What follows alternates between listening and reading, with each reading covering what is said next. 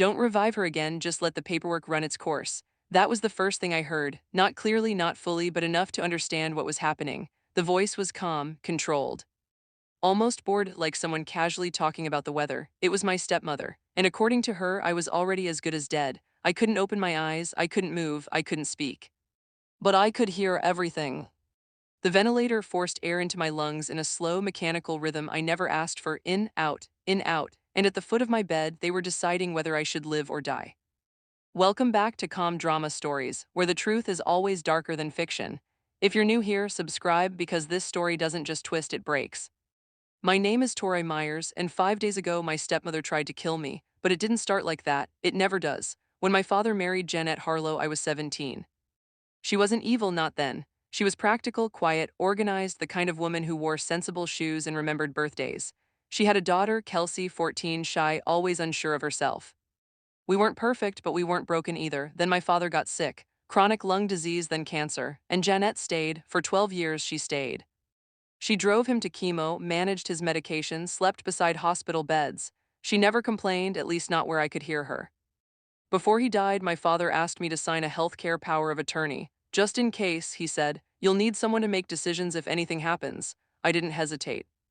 I signed it because I trusted her. That was my first mistake. I was 29 when the accident happened, 1 week before my birthday, 1 week before I inherited everything my father left me. $4 million. I didn't care about the money, but someone else did. It was a Saturday morning when Jeanette called, cheerful, too cheerful. "Tori, honey, why don't you come up to the cabin? Kelsey misses you." I should have said no, but guilt is powerful, and family, even broken family, still pulls you in. So I drove 2 hours into the mountains alone. The brakes failed at mile marker 42. At first they felt soft, then suddenly nothing. The pedal dropped, the steering wheel shook, and the road curved sharply with no guardrail, just trees waiting below. And in that moment, I remember thinking something stupid, something small. I forgot to water the basil plant. Then everything went black. When I woke up, I couldn't move, but I could hear them. "She wouldn't want to live like this," Jeanette said calmly. "I know her." "No, you don't," I screamed inside my head. "I'm here, I'm alive," but my body refused to respond. "What about the husband?" Kelsey asked. "Grant. He signed nothing," Jeanette replied. "I have the directive." That's when I understood. She was in control of everything.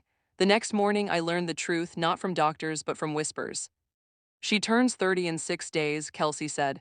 Silence, then Jeanette answered, "And if she's alive, she gets everything. But if she does," I felt something cold spread through me. "It comes to me, $4 million, that's what my life was worth, 6 days, that's how long I had left." Then came the words that changed everything. The mechanic did exactly what I asked. My heart raced, the monitor beeped faster. "Mom, you said it was just the brakes failing." "They did fail," Jeanette replied calmly. "I just helped them. She tried to kill me. She planned it, paid for it, and now she was sitting beside me, waiting for me to die." That's when fear turned into something else, something sharper.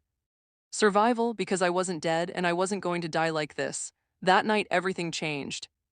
Her name was Donna, a night shift nurse with 23 years of experience, and the only person who noticed something wasn't right. As she checked my vitals, my finger twitched just slightly. But she felt it, her hand froze. "Tori, can you hear me?" I focused every ounce of strength I had and moved my finger again. This time she knew. She didn't panic, she didn't alert anyone. She just wrote it down in her notebook, and in that moment, without saying it, we made an agreement. I would stay silent and she would find the truth. The next morning I got my answer. "I've arranged an emergency court order," Jeanette said. "If we act tonight, it's over before midnight." Before midnight, before my birthday, before the money transfers, that was the deadline. And suddenly I wasn't just fighting to wake up, I was racing against time. To survive, to expose her, to live, and I had less than 24 hours. Donna found my husband.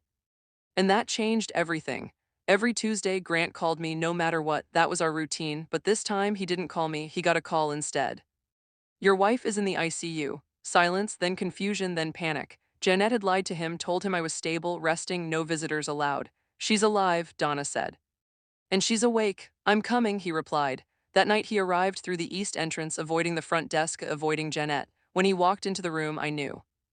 Before he even spoke, I could smell him, dust, soap, home. He grabbed my hand. "I'm here." I squeezed back, harder than ever, and he broke quietly. That was the moment I knew I wasn't alone anymore. Donna told him everything, the lies, the forged documents, the plan. Grant didn't hesitate. He called a lawyer, then the police. And while Jeanette prepared to end my life, they prepared to stop her. The truth came out fast. The directive was forged, the extra page was fake, my signature was copied, and the brake failure. Not an accident, the mechanic confessed. Everything collapsed, but Jeanette didn't know yet. Thursday morning, my birthday, 8 a.m., she walked in with papers ready to finish it. Doctor, we need to proceed with Jeanette Harlow, a voice interrupted. Detective Morrison, you're under arrest. Silence, then denial. This is absurd. That's when I opened my eyes. Light flooded in, sharp, blinding, real, and I looked straight at her. No words, just truth. Her expression changed slowly like something breaking. She realized I was alive and she had lost. They took her away in handcuffs, and for the first time in 5 days I could breathe on my own. At 12:01 a.m. I turned 30. The money transferred automatically. But it didn't feel like winning because I almost died for it.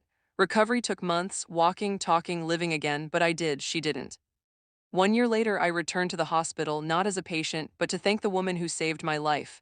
Donna, I gave her a simple gift, better shoes. She smiled and said, "You didn't have to." Yes, I told her, I did, because some people save lives with surgery and some save them with a notebook and a single question. Can you hear me? That was my story. 5 days of silence, one woman who listened, and a birthday that came just in time.